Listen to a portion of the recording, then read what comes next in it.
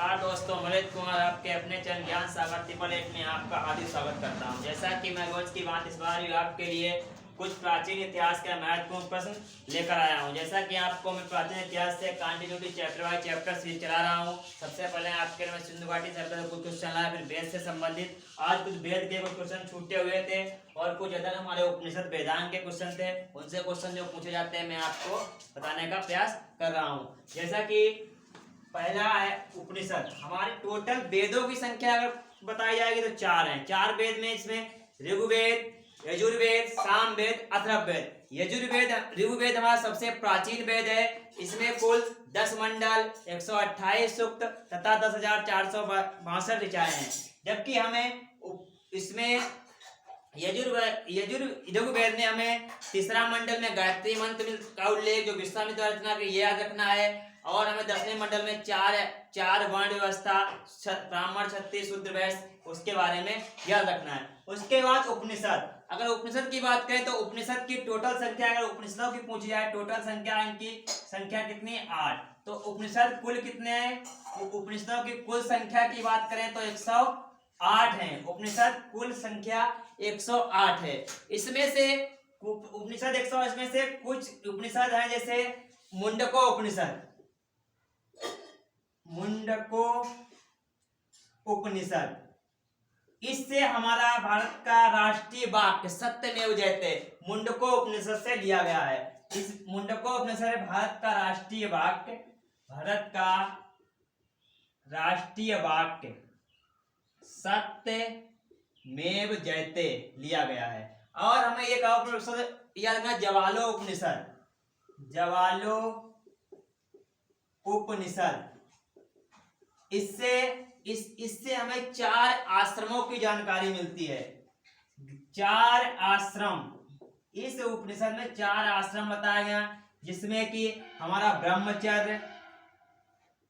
ब्रह्मचर्य, उसके बाद गृहस्थ, ब्रह्मचर्य के बाद वानप्रस्थ, फिर आता है गृहस्थ, फिर आता है संन्यास। तो इस हिसाब से 4 आश्रमों का जो वर्णन है हमारे ज्वालो उपनिषद में मिलता है। ब्रह्मचर्य, वानप्रस्थ, गृहस्थ और संन्यास। और मुंडको उपनिषद से हमारा राष्ट्रीय वाक्य सत्यमेव जयते का वर्णन मिलता है। अगर हम वेदांत की बात करें, इनको शास्त्र भी कहते हैं, इनकी कुल संख्या, वेदांत की कुल संख्या की बात करें, वेदांत की कुल संख्या 6 है। वेदांत की कुल संख्या 6 है। इसमें कि अगर नंबर 1 की बात करें शिक्षा, नंबर 2 पर बात करें व्याकरण, नंबर 3 पर शिक्षा, व्याकरण, कल्प, नंबर हमारा कल्प, उसके बाद बात करें 4 ज्योतिष, शिक्षा, कल्प, व्याकरण, ज्योतिष, नंबर 5 बात का छंद और 6 पर निरुक्त। तो हमारे 6 वेदांग हैं। इनकी शिक्षा, व्याकरण, कल्प, ज्योतिष, छंद, वेदांतों की कुल संख्या की बात करें तो 6।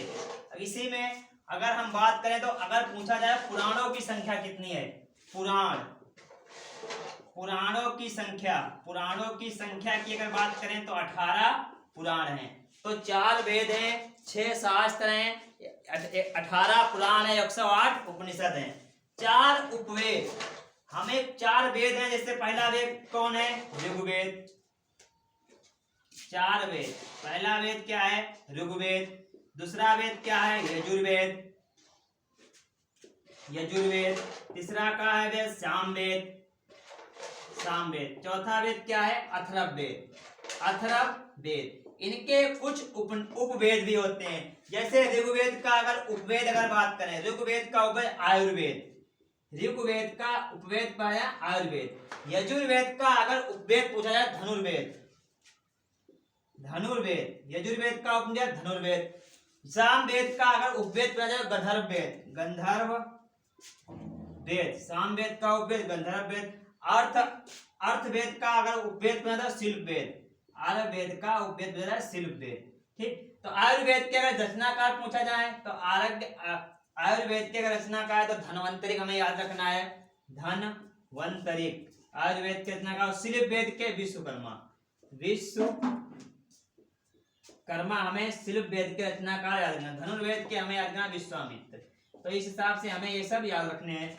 उसके बाद अगर हम बात करें वेद व उनके ब्राह्मण, वेद और उनके ब्राह्मणों संबंधित ऋग्वेद, ये क्वेश्चन कई बार पूछ जाते हैं। ऋग्वेद के अगर ब्राह्मणों की बात करें तो ऐतरेय ब्राह्मण और कौशिक ब्राह्मण। ऋग्वेद के दो ब्राह्मण है, ऐतरेय ब्राह्मण और कौशिक ब्राह्मण। सामवेद की बात करें पंचविश ब्राह्मण और जैमिनी ब्राह्मण। रामवेद के कुछ ब्राह्मण है, पंचविश ब्राह्मण और जैमिनी ब्राह्मण। यजुर्वेद की अगर ब्राह्मणों की बात करें शतपथ ब्राह्मण और तैतरेय ब्राह्मण। यजुर्वेद की बात करें शतपथ ब्राह्मण और तैतरीय ब्राह्मण। अथर्ववेद की बात करें गौपथ ब्राह्मण। तो आज कुछ मोस्ट इंपोर्टेंट क्वेश्चन लाए थे जो आपके एग्जाम की वजह से बहुत इंपॉर्टेंट है। ऐसे में आपको प्राचीन इतिहास, फिर मध्यकालीन इतिहास, आधुनिक भाषा, ऐसे कंटिन्यूटी में आपके लिए रोज एक वीडियो छोटा टॉपिक डालता रहूंगा जो आगे वाले एग्जामों के लिए बहुत ही महत्वपूर्ण साबित होगा। आप कंटिन्यूटी इनके नोट्स बनाते चलिए और आपको अगर चैनल पसंद आए तो चैनल को सब्सक्राइब करें, दोस्तों के पास शेयर करें, वीडियो को लाइक करें और ज्यादा से ज्यादा आप लोग चढ़ाने की कृपा करें। धन्यवाद। जय हिंद।